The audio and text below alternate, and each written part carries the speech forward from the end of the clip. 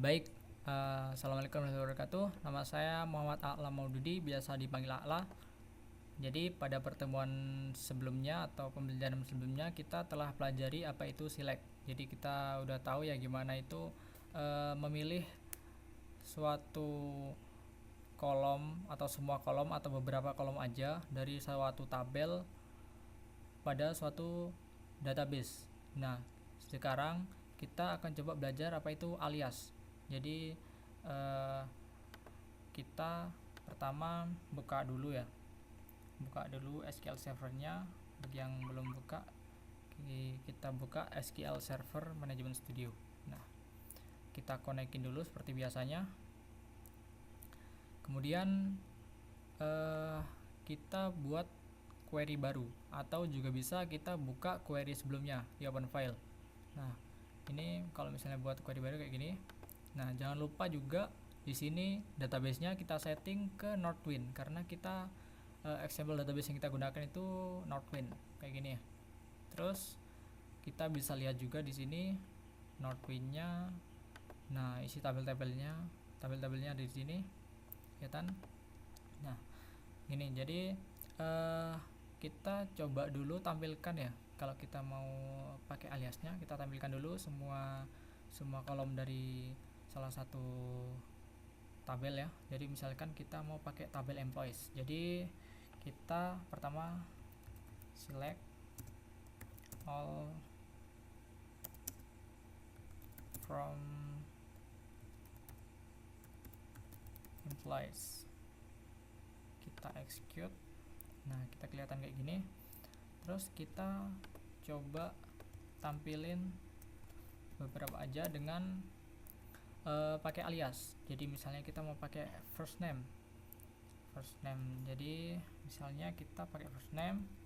Jadi kita panggil dulu pertama nama kolom aslinya. Jadi kita ketikkan first name. Nah, kayak gini. Nah, ini aja. Kalau misalnya kita run, hasilnya kayak gini. Dia ambilin first name. Kemudian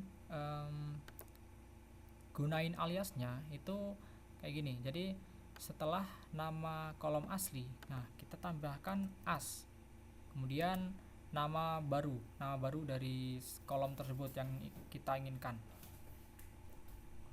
Misalnya kita pakai nama kayak gini. Jika kita run atau kita execute, hasilnya berubah jadi nama, kayak gitu simpelnya. Nah, kemudian kalau misalnya kita mau nampilin beberapa ya, coba kita run dulu yang all-nya. Misalnya, nah kalau gini ya, kan ada nama depan, nama belakang. Nah, kalau misalnya kita mau tampilin pakai spasi, nah itu kita harus pakai tanda kayak gini, tanda yang di shiftnya. Jadi harus pakai tanda kayak kurung kayak gini. Terus di dalamnya kita bisa kasih spasi, misalnya nama depan. Kemudian kayak gini.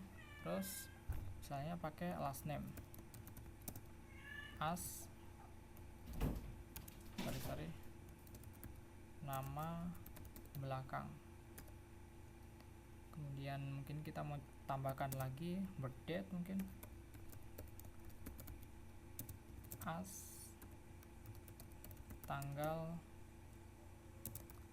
lahir. Kemudian mungkin mau kita tambahkan lagi ya yang nggak pakai spasi ya, mungkin kita address, kita kasihkan ini address as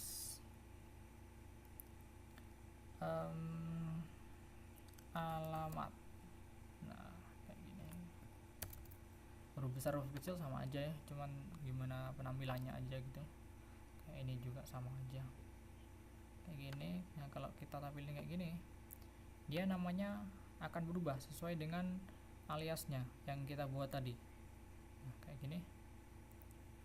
Nah, jadi sama aja. Kalau misalnya kita mau dari tabel lain juga sama, jadi misalnya jadi eh, aliasnya kayak gini. Jadi yang atas ini nggak perlu ya, ini cuman eh, di sini kalau buat ngecek aja ini kita mau nampilin apa aja gitu, kayak gini.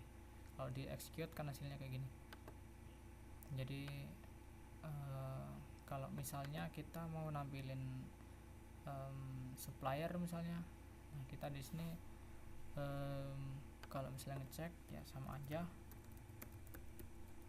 suppliers kita execute, terus misalnya kayak gini sama aja. Jadi kalau misalnya kita mau tampilin select city sebagai kota, from tadi namanya suppliers ya ini ya. Jadi kita dari tabel suppliers, kalau kita coba run yang ini hasilnya kota, kayak gitu. Simple kan? Jadi selamat belajar. Pada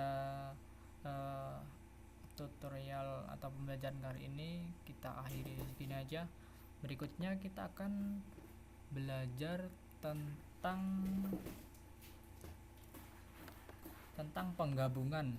Jadi penggabungan dari kolom. Jadi beberapa kolom digabungkan jadi satu, itu gimana caranya ada di tutorial berikutnya. Selamat belajar. Wassalamualaikum warahmatullahi wabarakatuh.